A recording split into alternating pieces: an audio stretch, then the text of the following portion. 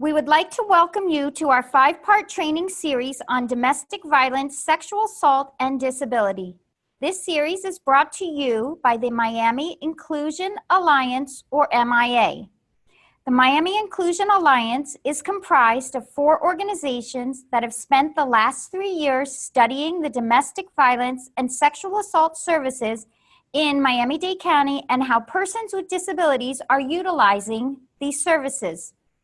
What we have found is that there is a disconnect between the services that our community provides and the outreach to persons with disabilities. This training series is the first step to bridging that gap. We are working internally to train our organizations, and then we will be going out into the community to share the knowledge and information that we have gained. Disability Independence Group is an advocacy center for disability rights. Dade Legal Aid is a legal aid that handles domestic violence cases. Mujer is a licensed sexual assault center. And CVAC is the Miami-Dade County one-stop for domestic violence.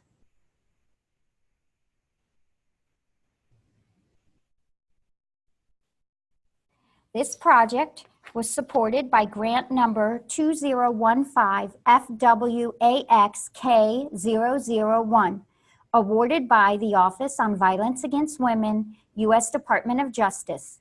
The opinions, findings, conclusions, and recommendations expressed in this publication are those of the authors and do not necessarily reflect the views of the Department of Justice, Office on Violence Against Women.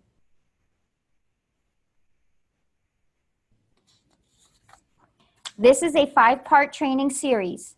You will notice that we have embedded accessibility features into the trainings. First, all of the videos have been captioned so that you can read the words that we are speaking.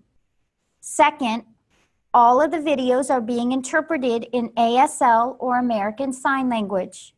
Third, the font size of the words on the slides are large. We are using a sans serif font that is easy to read, and the colors used on the slides have been tested to make sure that there is a contrast between the colors for better viewing.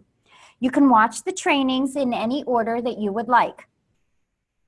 The training you are about to watch is called Disability 101. You will learn about the disability rights movement, reasonable accommodations, disability etiquette, and the best way to work with a person with a disability. The mission of the Miami Inclusion Alliance is to learn about the intersection of disability and domestic violence and/or sexual assault in order to promote a culture of inclusion within and between all collaborating agencies.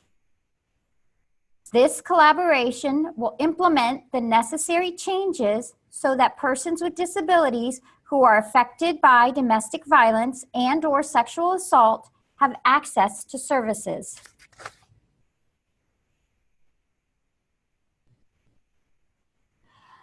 Hi, my name is Deborah Dietz, and I am going to be your speaker today. I am one of the founders and the executive director of Disability Independence Group. Disability Independence Group, or DIG, is a nonprofit advocacy center for disability rights. It was founded in 2002, and its mission is to expand opportunities for participation, education, employment, and acceptance of persons with disabilities through advocacy, litigation, education, and training. DIG provides both advocacy and legal services in the areas of disability rights and community integration by educating, advocating, and litigating for persons with disabilities to live and work in our community. DIG works with people with all different types of disabilities and on all types of issues, from education to housing to employment to access to information. There are 4 objectives for this training today. The first objective is to increase your understanding of the disability rights movement. The second objective is to increase your knowledge of what is a reasonable accommodation and the importance of accessibility. The third objective is to increase your knowledge about disability etiquette. And the fourth objective is to increase your knowledge about the laws governing service animals under the Americans with Disabilities Act, or ADA. We're going to start with the picture on your screen. The title of the picture is called Equality versus Equity, and that is what we're going to talk about. So if you look at the first slide on the left, you're going to see a baseball game, and you're going to see a wooden fence on the outside of the baseball game, and you're going to see three boys that want to watch the baseball game, and each boy is standing on a block that's exactly the same size. And the net result of this is that the first boy, the tallest boy, is able to see the game standing on the box. The second boy, which is a shorter boy, can use the box to stand on and is able to see over the fence. And the third boy is the shortest, and he stands on the box, but he still isn't tall enough to actually see the game. In this first slide, everyone is being treated equally. They each get one box to stand on. But nobody's taken into account whether being treated equally will allow them to actually see or enjoy the baseball game.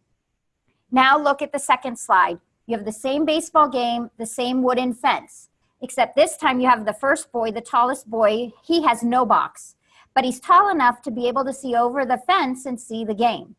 The second boy has the same one box that he had in the first slide and is still able to see the game.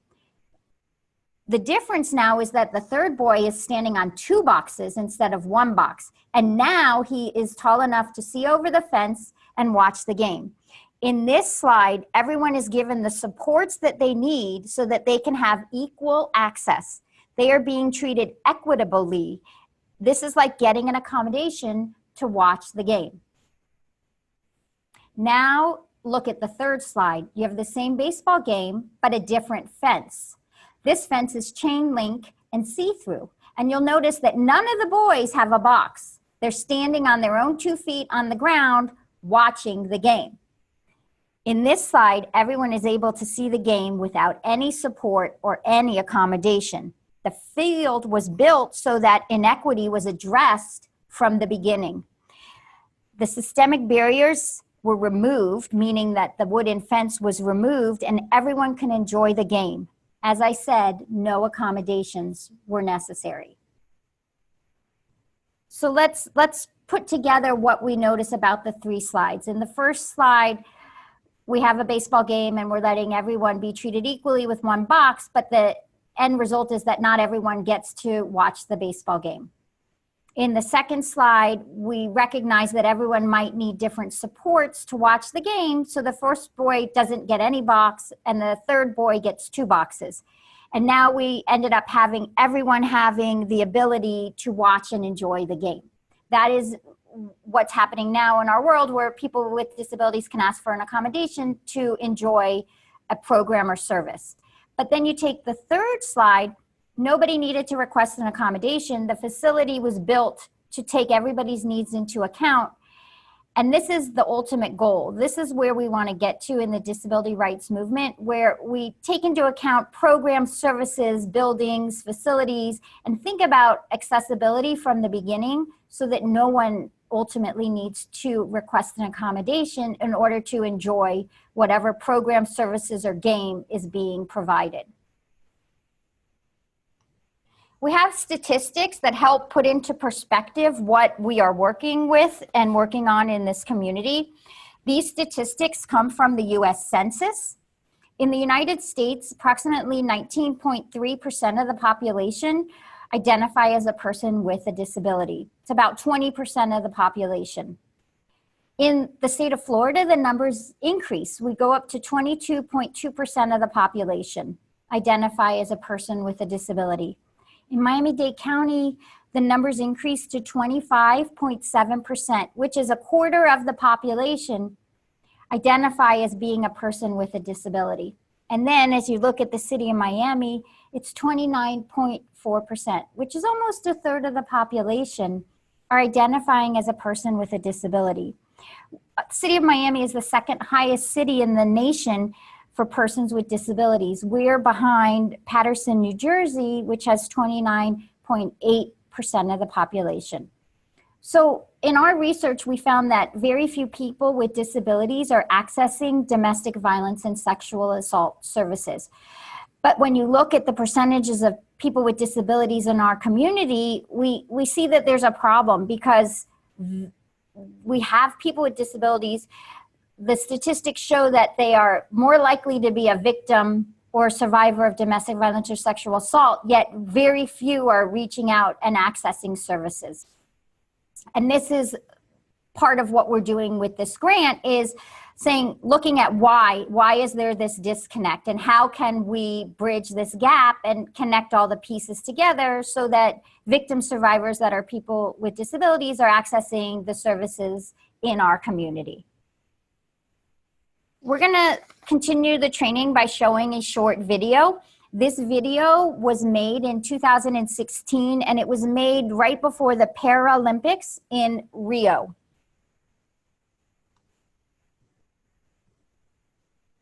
I'm just going to turn on the video and we're going to start.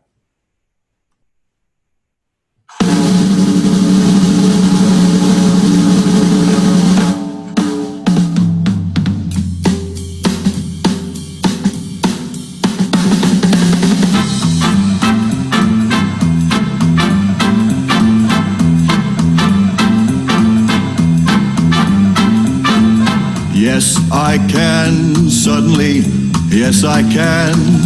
Gee, I'm afraid to go on, it's turned into, yes, I can. Take a look, what do you see? 133 pounds of confidence in me. Got the feeling I can do anything, yes, I can. Something that sings in my blood is telling me, yes, I can. I was just born today, I can go all the way,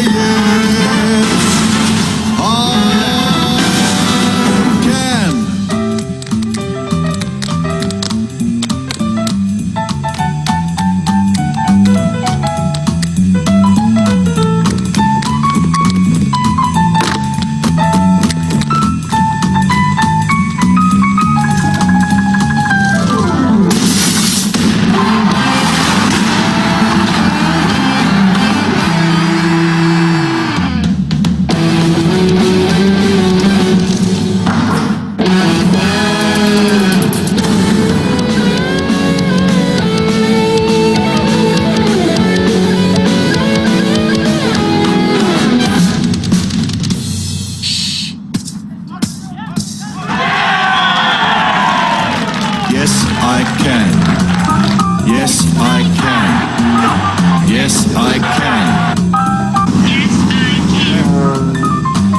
Yes, I can. Yes, I can.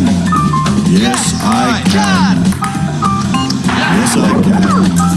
Yes, I can. Hey, yes, I can. No, you can't. Yes, I can! Are you ready? I can climb Everest. Yes, I can. I can fight here all night and never rest. Yes, I can. I was just born today. I can go all the way. Yes, I can.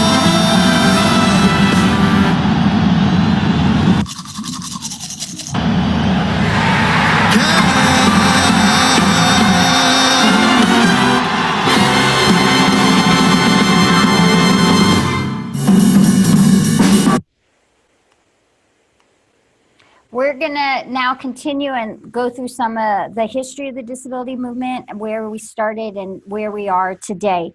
So you're going to see two pictures on your screen. We're going to start with the picture on your left. That is a picture of a building called Willowbrook, or an organization called Willowbrook. It was what institutionalization looked like in the past and what we think about of where people with disabilities lived in the past. This was the model until about 1972, when Geraldo Rivera did an expose and brought in cameras to Willowbrook and showed the world what was going on behind these closed doors. And ultimately what happened is that Willowbrook was closed, and many institutions throughout the country began to close. This building is now a building part of the State School of New York at the College of Staten Island. The second picture is community-based living. That's what we have now. And this is allowed to happen based on a Supreme Court decision that came down in 1999. The decision is known as the Olmstead decision. And what the court said was that keeping people unnecessarily segregated in institutions was discrimination under the ADA. So since this case happened, people in the community said, based on this decision, I want to be taken out of an institution and I want to live at home in the community with my family. So let's go back and we're going to continue to talk a little bit about institutionalization. As I said, this is the old model. This is where society would warehouse children with severe disabilities and separate them from society. Children and people with disabilities were basically abandoned in these institutions, and they would stay there for their entire lives. They usually did not come out once they were admitted. And society believed that this was the best option, that we were doing the right thing as a society by putting people with disabilities into these institutions. Now we're going to look at what's happening today. This is community-based living. And we've got 6 pictures, and I'm going to tell you about each of these pictures. People with disabilities are being fully integrated in the community. They're social, they have jobs, and they have families. The first picture is Nick.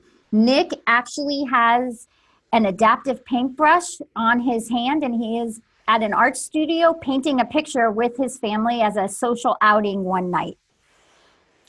The next picture is our litigation director, Matt, and he is with Kayla, who is one of our clients.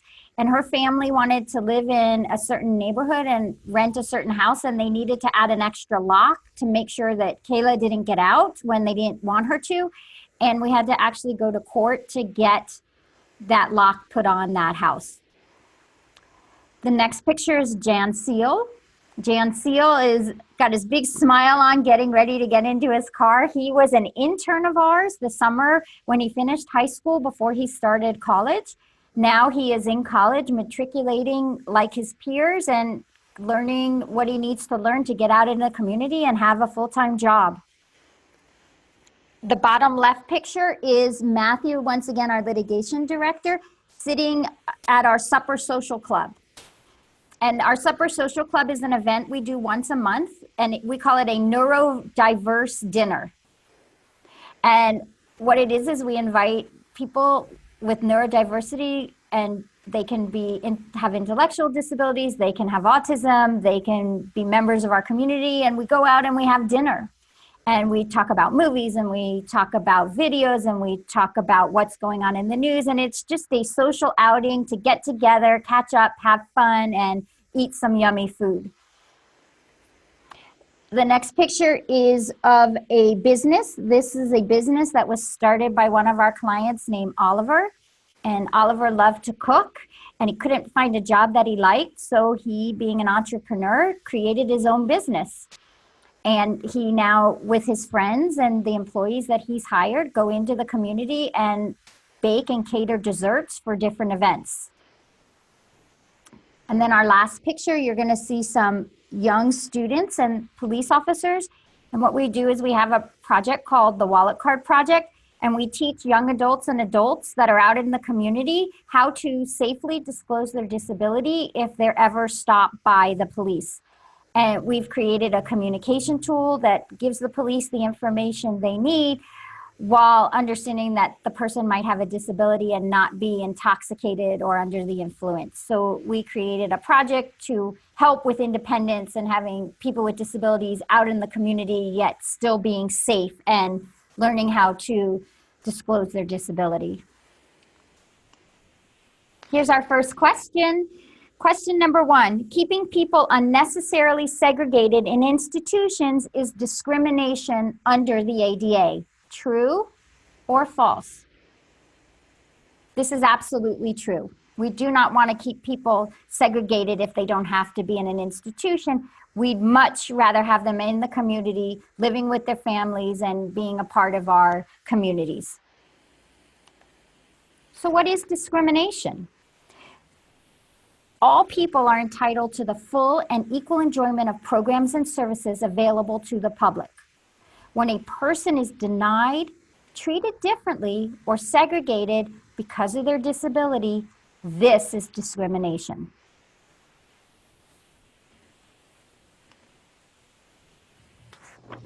What you want to do to avoid discrimination is to create an accessible environment.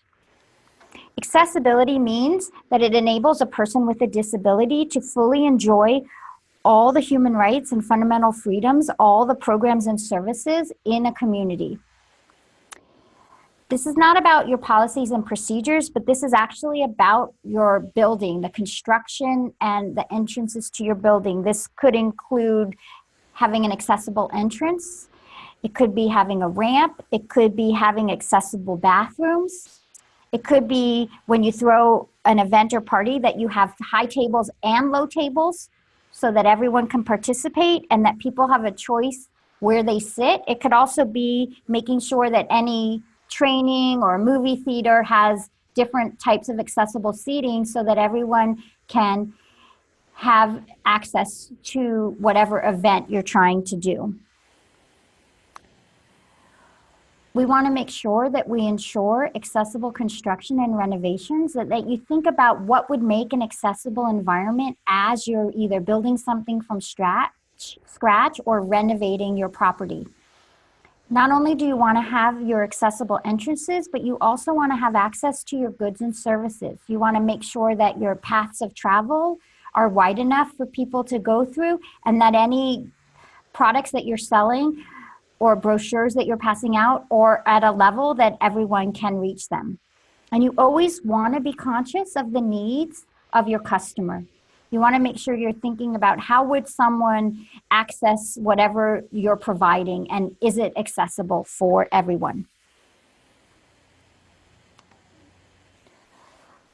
The next thing is a reasonable accommodation. This is what happens when there needs to be a change in policy or procedure so that you can encourage inclusion and make sure that everyone can participate. This goes back to that picture we started with where the shortest boy, the smallest boy, had to have 2 boxes in order to watch the game. That was his reasonable accommodation. An accommodation must be necessary and a reasonable modification or adjustment to ensure everyone has equal enjoyment to whatever program or service that you are offering. Let me give you some more examples. It could be accessible transportation. It could be extra time on a test. It could be a one-on-one aid. It could be an auxiliary aid or service, such as an American Sign Language interpreter, or it could be documents being provided in large print or in Braille. A reasonable accommodation is anything that will level the playing field so that the person can have an equal opportunity to participate in your programs. And remember, these must be individualized for the specific need or the specific person. You can't decide, okay, everyone with one type of disability gets the same type of accommodation. That would violate the law. You must make sure that it works for the specific person that is requesting the accommodation. Effective communication is for people with sensory disabilities, and this is usually people with vision, hearing, and or speaking impairments. And what's important is that you must make sure when you're communicating with people that they are able to understand what you are saying to them and they are able to give back information. We want to make sure that we are having two-way conversation, that you're talking and that the person you're talking to has the choice, the ability, and a way to communicate back what they need to say. You want to make sure that your information is presented in a form in which a person with a disability can have equal opportunity to gain the same understanding as a person without a disability.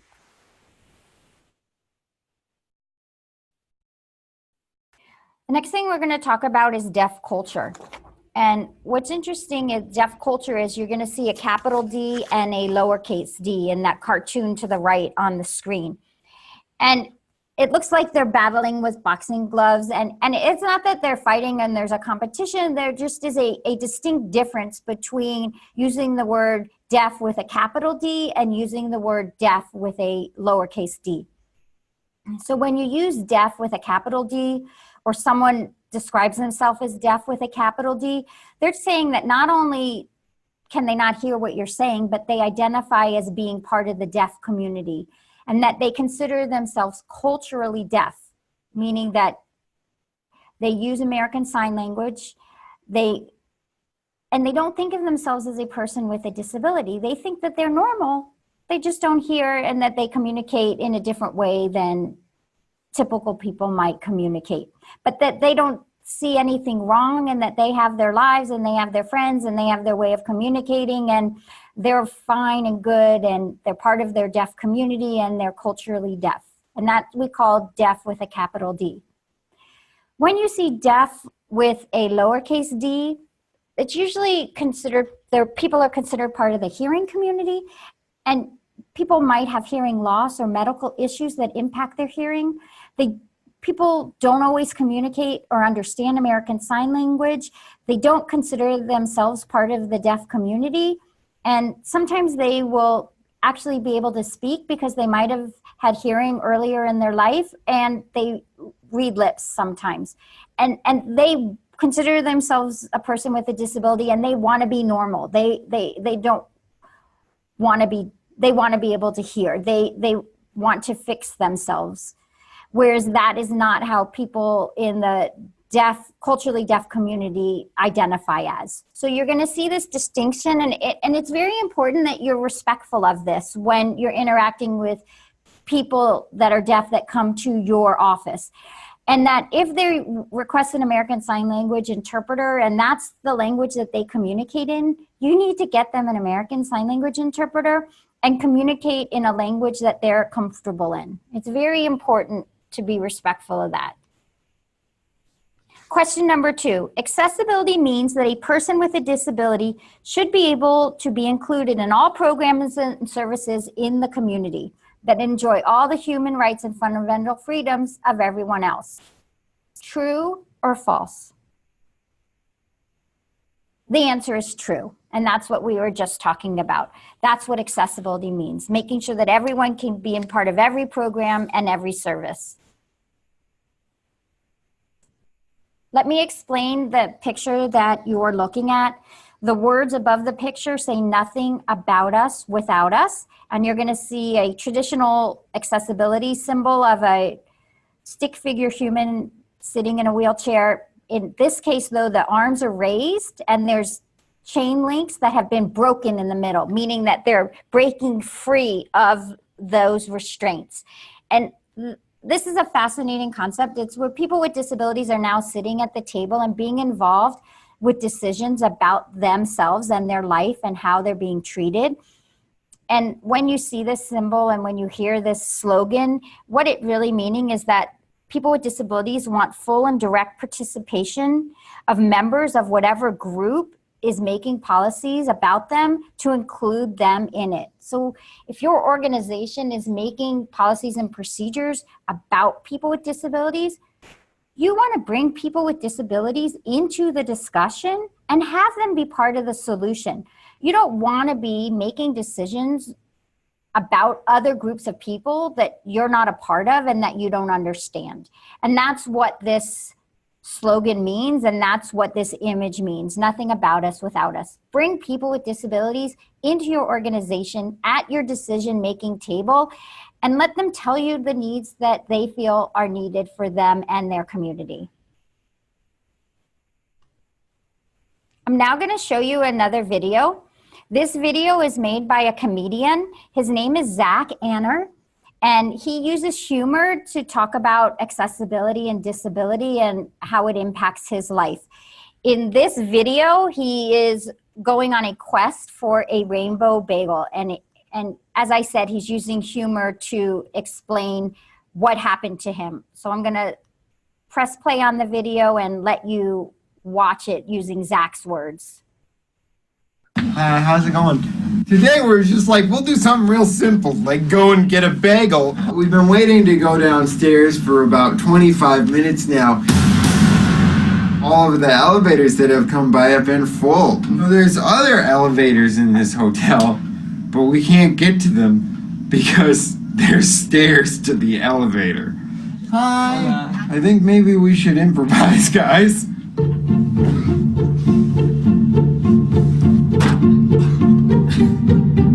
Here we go. Can we make it in this one? Hi. Okay. It only took an hour to get from my room to downstairs. How can I help you today? This film crew wants to send me on a solo New York adventure to get New York bagels. You can get bagels anywhere. I know. They've come up with the idea that it's best to go to Brooklyn to a place. Bagels? Yeah. They want the rainbow bagel in Brooklyn. Rainbow bagel. Wow, that looks pretty though. That is a pretty bagel, I must say. Take the East Subway right to Metropolitan Avenue. And they got good bagels there, my man. Look at that. All right. Rainbow bagels, I'll let you know how it is and if it's worth the Hey, trek. could you bring me one back? I will bring you one back. Thanks, Yes, buddy. I will. How appreciate long that. are you working, Judd? I'll be here until 3. Well- You gonna be back before I leave? Well, I can try. We have less than 5 hours to go get a bagel, so let's go catch a train. Bagel crust! Bagel crust!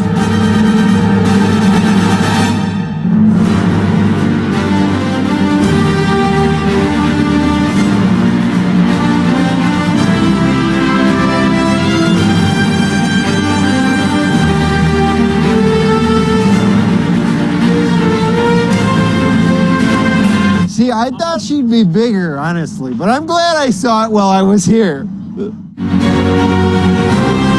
Oh! I think I found it, and I scared a baby. It says Subway. There's stairs. Oh, you got a map? Awesome. Perhaps it might be across the street. Oh, thank you so much. Okay, just hit it with some speed. Oh, shit. I did it! New York, the city that never stops f***ing with you.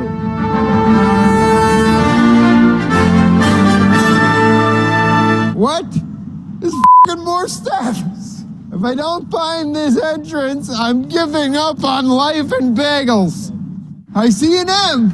There's a little wheelchair underneath the M. Ta-da! An elevator. So let's go.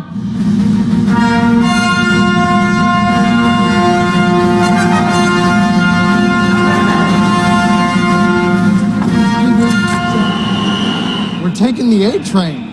Da-da-da-da-da. No one else is as excited. What are we gonna do? We have to take a boat. A boat? There's no accessible train. We have to take the bagel ferry. All in all, a pretty fun, efficient day. Bagels! I'm gonna just assume that nothing will go wrong and we'll happily get our gaggle of bagels. Whoa! There's a man named Judd waiting for me in Manhattan. So it's 1:15. We've got exactly 1 hour and 45 minutes to go and get Judd's bagel and coffee. And if we don't get it, then he's gonna be starving back at the hotel. So we've got to find out where this place is. Do you know where Rainbow Bagel is? Oh, no. Do you know where Rainbow Bagel is, sir? Do you know where Rainbow Bagel is? What the? Look at how hip that guy is. I love fair trade coffee. Isn't Whole Foods the greatest? Do you know where Rainbow Bagel is? What? Brooklyn has not accepted me, and this is my best outfit. Bunch of ableist hipsters, I think. That's a nice hat, though, sir. Bagel store, the world's best bagels. That must be the one. 754 Metropolitan. When you go that way, you make a left.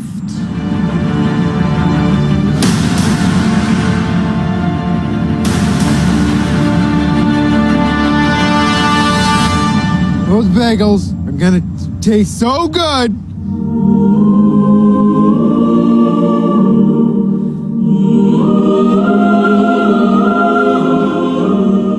What the fuck? It's not accessible. Let's go home. Hey, good afternoon, boss. How you Hello. doing? How you doing? I'm doing all right. I can help you today. I need a rainbow bagel. Anything else? No, just the ramp. New York City is actually one of the most accessible cities in the country, and they still have a long way to go. So in order to make sure that happens, you gotta donate to places like the Cerebral Palsy Foundation and keep having the important conversations to make sure people like me can get access to whatever color bagels they want. I may have struggled getting this bagel today, but I didn't get this for me. I got this for my friend Judd. And friendship is what's really important. Oh, shit. I just took a bite of Judd's bagel. I barely knew the guy. Who cares?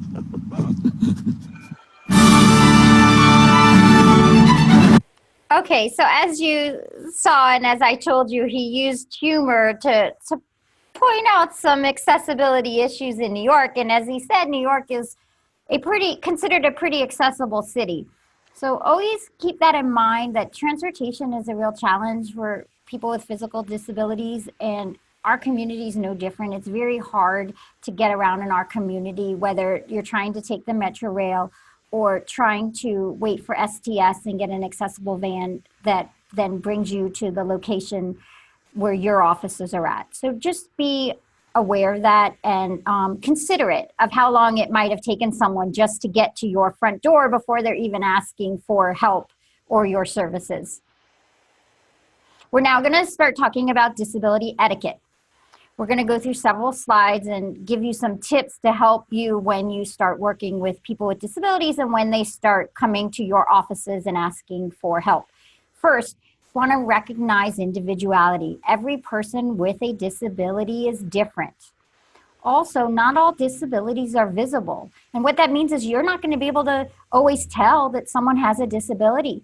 Their disability might be invisible. It could be that they have depression. It could be that they have anxiety. It could be that they have an autoimmune disease like rheumatoid arthritis or lupus that you can't see, but might be causing them a lot of trouble moving, might cause them a lot of pain, might impact how long they can sit for a meeting. Also, a lot of people have irritable bowel syndrome or colitis, which is an invisible disability that requires them to have to go to the bathroom, sometimes pretty quickly or often. So be respectful. Don't ask lots of questions. Don't say, well, you don't look disabled to me. It's very disrespectful. And just be aware that not all disabilities you're going to be able to see or tell. Also, you always want to ask someone before you help them. Don't assume that someone needs help. Always ask, can I help you? Do you need help? And you never want to touch someone's wheelchair, their crutches, their cane, or their service animal. It'd be as if you were touching someone's body without asking. So you don't want to do that.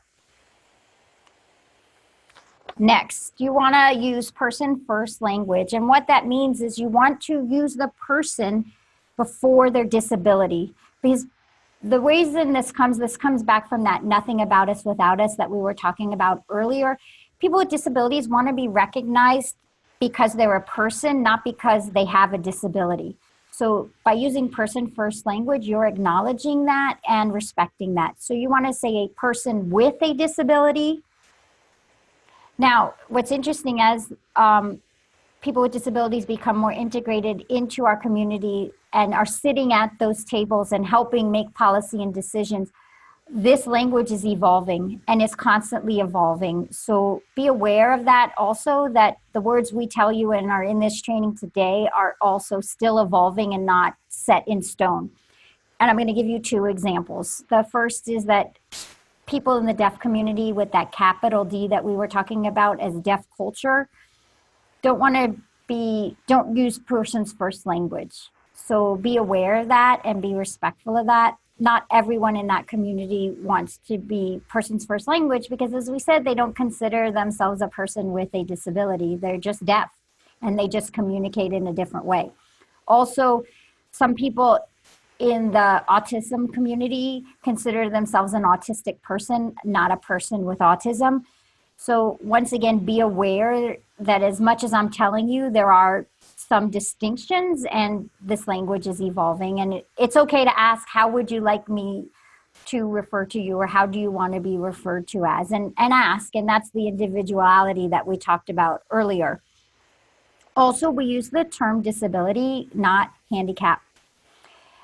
And this is a little confusing because some of what you guys do in your offices is legal related and based on case law and laws and statutes. And those statutes have not all been updated. So sometimes in legal documents, you're gonna have to use the word handicap because it's part of how the laws are written. But in terms of communicating with people and the words that you use in conversation, don't use the word handicap, use the word disability instead. Also, and this is very important, you want to talk to the person with the disability directly. You do not want to talk to the person that comes with them or their caregiver or their American Sign Language interpreter. You're having the conversation with the person with the disability. You want to look at them, you want to face them, and you want to talk directly to them, unless they ask you not to. But always the first assumption is talk directly to the person with the disability. Here's a chart of some do's and don'ts. And as I said, I preface this by saying this is constantly evolving and being updated. But as of now, in the world that we're talking about when we made this presentation to you, these are the words that are being used. But let me give you an example. The first one, disability. You want to use the word disability instead of differently abled or challenged. Those are uncomfortable words. But I went to a conference last week and was speaking, and a woman in the audience said, I don't like the word disability, I use the word diverse ability.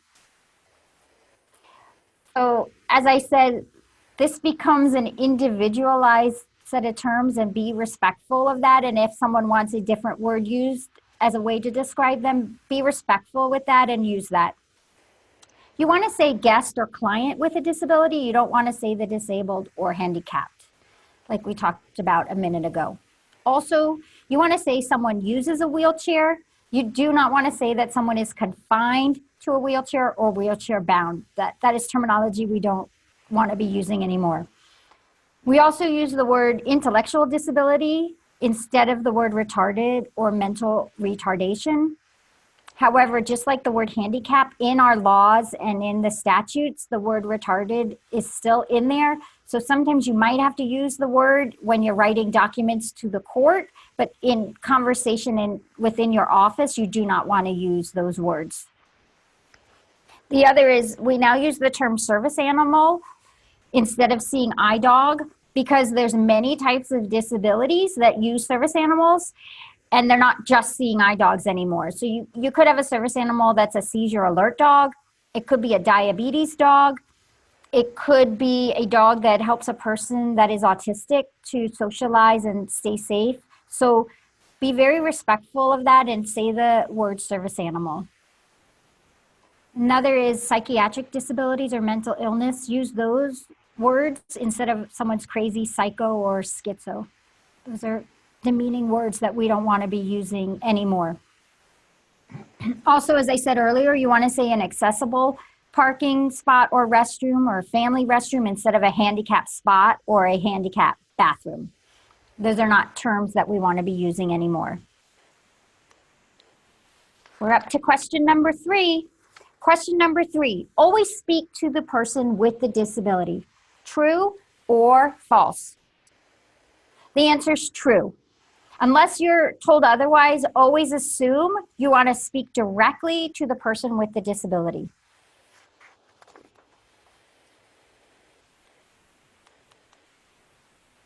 We're now going to go to the last section of the presentation, and this is one of my favorite sections, and this is something that my organization spends a lot of time on, and that is about service animals. And we're going to talk about what is a service animal under the Americans with Disabilities Act, or ADA.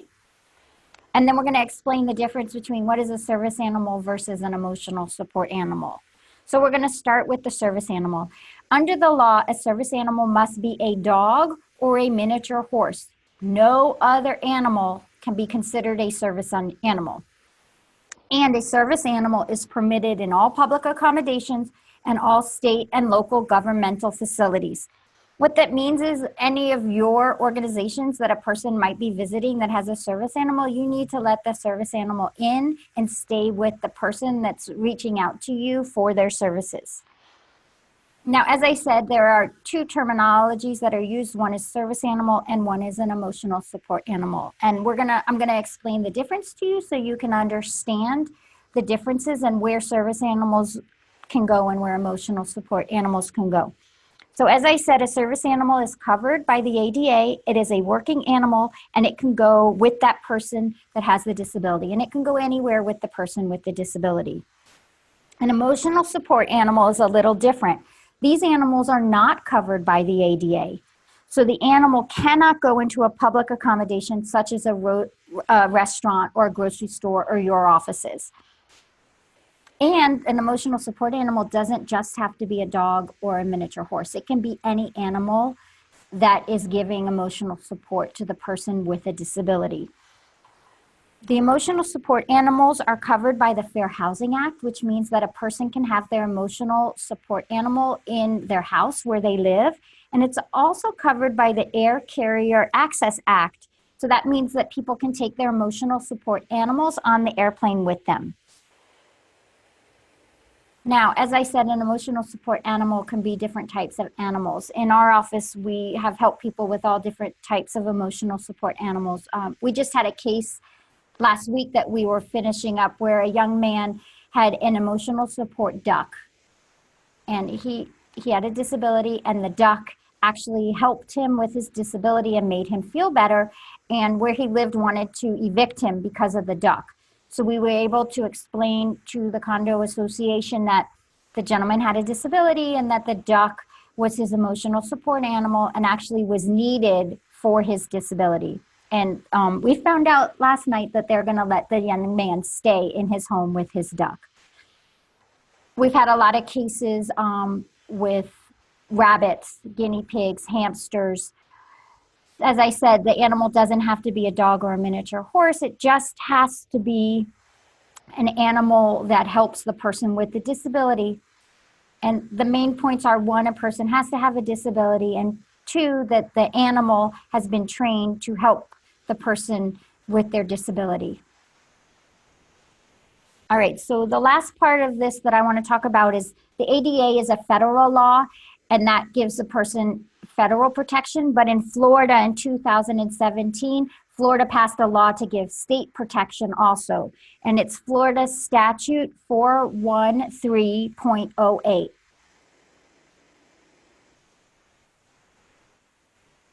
And in this statute,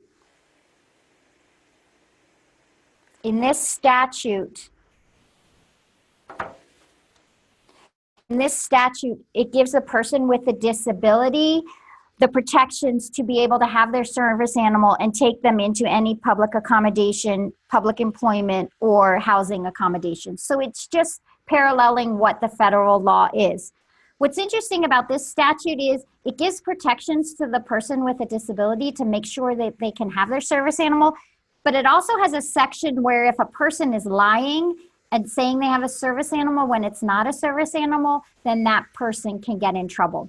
So the law is written on both sides, or to protect both sides. And if either side violates the law, there is a fine and community service hours that must be done. We're now going to continue on and talk about what happens in your office. So if someone brings a service animal to your office, and you're not sure if it's a real service animal or not, there's only two questions the law allows you to ask. The first is that you can ask, is the dog a service animal required because of a disability? And then the second question is, what work or task has the dog been trained to perform? Now, you can't ask people proof of their disability, and you can't ask people to show you the task that the dog has been trained to do. All you can do is ask the 2 questions, listen to the answers, and move on.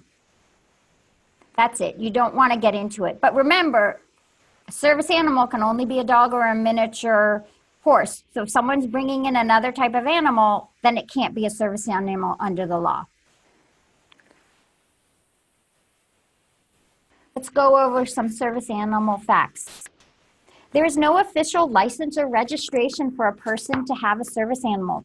Their animals can be self-trained. So a person can get a dog, train it to do something that helps them with their disability, and that is, under the law, a service animal. So don't ask someone for an official license or registration. It's not required. Also, you cannot charge someone a surcharge for having a service animal. You can't say, yes, you can bring your service animal, but I'm going to charge you a deposit or some amount of money to bring the animal in the premises. That's not allowed. That violates the law. But you can charge if the service animal causes damage to your property. Also, the service animal must always be under the control of its user at all times. So it should be on a leash, and it should listen to the owner and follow the directions that the owner's giving it. You can only bar a service animal from a facility when it may be a direct threat to others, or it is a fundamental alteration of the facility. And that's a very high threshold to be a fundamental alteration to a facility or direct threats. But let me give you one example of where it might happen. It could be at a wildlife park or a zoo where animals are wandering free, and that's part of the experience. It would be a fundamental alteration to require that facility to lock up all their animals so that you can walk through there with your service animal. And that's one extreme example. But for the most part, you're going to let the dog in or the miniature horse. You can ask your 2 questions. That's it, and go on about what you were doing or why the person came to your office. A lot of people will say to you, well, I bought a registration or a license online. Those are just companies selling people products. There is, as I said, no official license or registration under the law. Now we're up to our 4th question. You can ask a person to show you what task their service animal does. True or false? The answer is false. You may not ask the person, prove to me your dog can do what you say it can do. That violates the law, and you do not want to do that. So I know that I've given you a lot of information today, and as you're processing it, you might have questions. So if you have any questions, please feel free to email my organization. And the email address that you can do is dv@justdigit.org. We're going to end the presentation today with some resources that are available to victim survivors. First, for domestic violence, at the national level, there's a National Domestic Violence Hotline. The phone number is 1-800-799-7233. At the state level, you can call the FCADV, which stands for the Florida Coalition Against Domestic Violence, and their phone number is 1-800-500-1119. At the local level, you can call CVAC, which is known as our Miami-Dade Family Justice Center, and their phone number is 305-285-5900. For sexual violence at the national level, you can call RAIN, which stands for Rape, Abuse, and Incest National Network, and their phone number is 1-800-656-4673. At the state level, you can call FCASV, which stands for the Florida Coalition Against Sexual Violence, and their phone number is 1-888-956-7273. And at the local level, you can call Mujer, one of our local sexual assault centers, and their phone number is 305-763-2459. Thank you so much for watching the training, Disability 101. Please make sure that you watch the other 4 trainings in our 5-part training series. If you have any further questions, please contact Disability Independence Group And our phone number is 305-669-2822 or by email at dv@justdigit.org or go to our website at www.justdigit.org.